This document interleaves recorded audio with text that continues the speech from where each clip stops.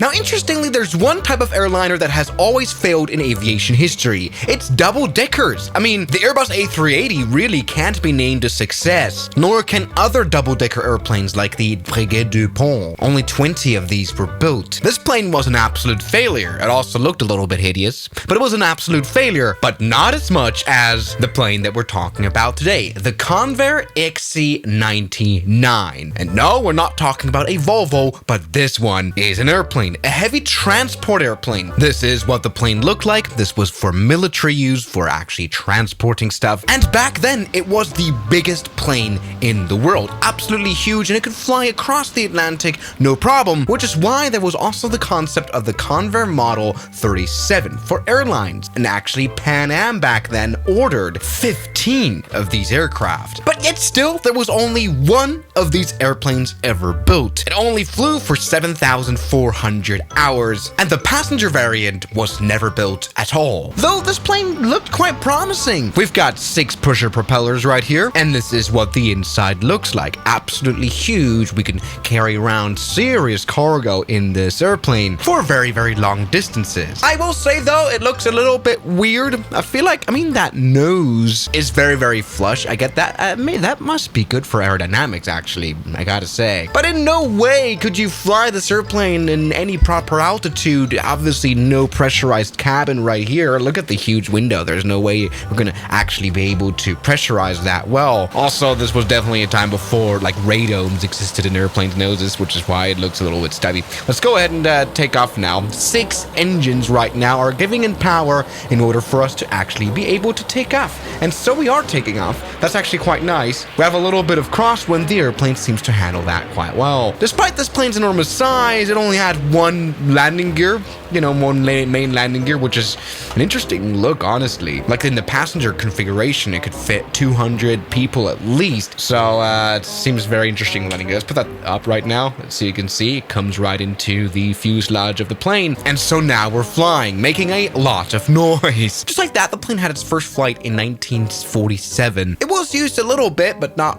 really. Obviously, the project was cancelled. And the question really is why? Because this doesn't seem like a bad concept at all. In fact, it seemed a little bit ahead of its time, really. Because, we have C-5 Galaxy airplanes. We have big A380 airplanes. Why did it take so long for airplanes to ever get big? As big as this one, at least. And well, I guess we can find the answer by spawning into this airport, right? Look, this plane is of proper airliner size, and I've actually equipped it like an airliner. You would enter the airplane through these stairs right here, which do have a very interesting look, I will say. That's a proper staircase, really. Now, this right here would be the height of a normal person.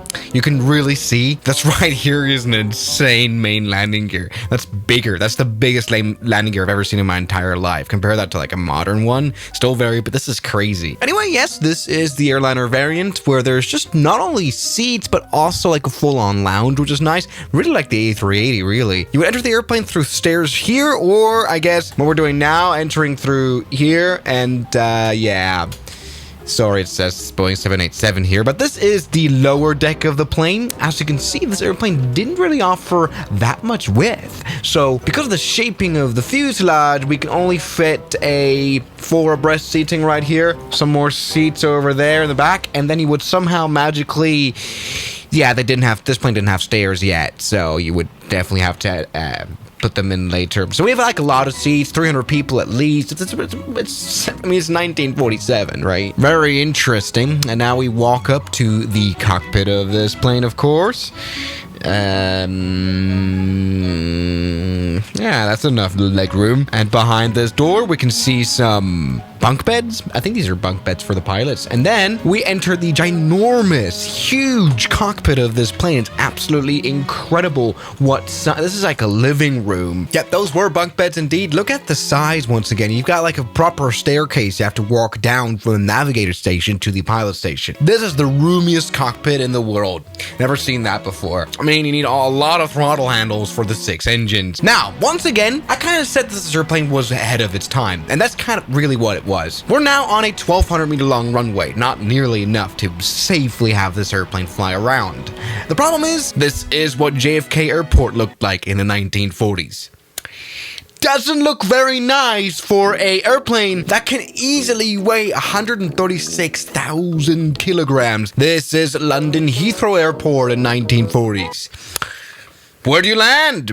I guess here. Try to find a runway that's not only long enough, but also strong enough to do 200,000 kilograms of weight. Try to find a hangar to put this in, by the way, as well. No way. The airplane was just way too enormous, way too ahead of its time, back when airports didn't have the sizing to operate this thing. Anyway, we're gonna go full power now. So that looks good now. Hey, and if we're going full power, we seem to have a good chance of actually being able to take off. Yeah, just like that, ladies and gentlemen. The XC99 has taken. I'm actually quite happy. Look at this. American Airlines, ladies and gentlemen. Now, this is interesting. So yes, these engines did offer a lot of power to this airplane, but it was also the reason why it never really flew. See, these are the insane Pratt & Whitney Wasp major engines, which was built in World War II. It's got 28 cylinders, which is crazy, and can put out 4,300 horsepower, which is surprising. That's 150 horsepower per cylinder. Oh, that's surprisingly powerful for an American cylinder, ladies and gentlemen. But the problem was that, by the 1950s, it was very clear that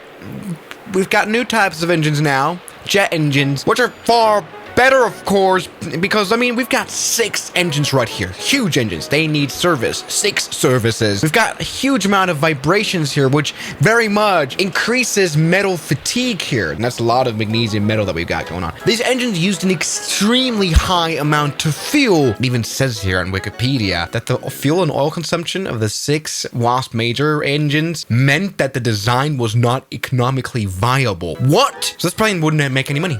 And that's basically, this video is kind of over now. So yep, this airplane was abandoned. They never really even tried to fix the situation by maybe adding turboprop engines to this plane. They just never bothered.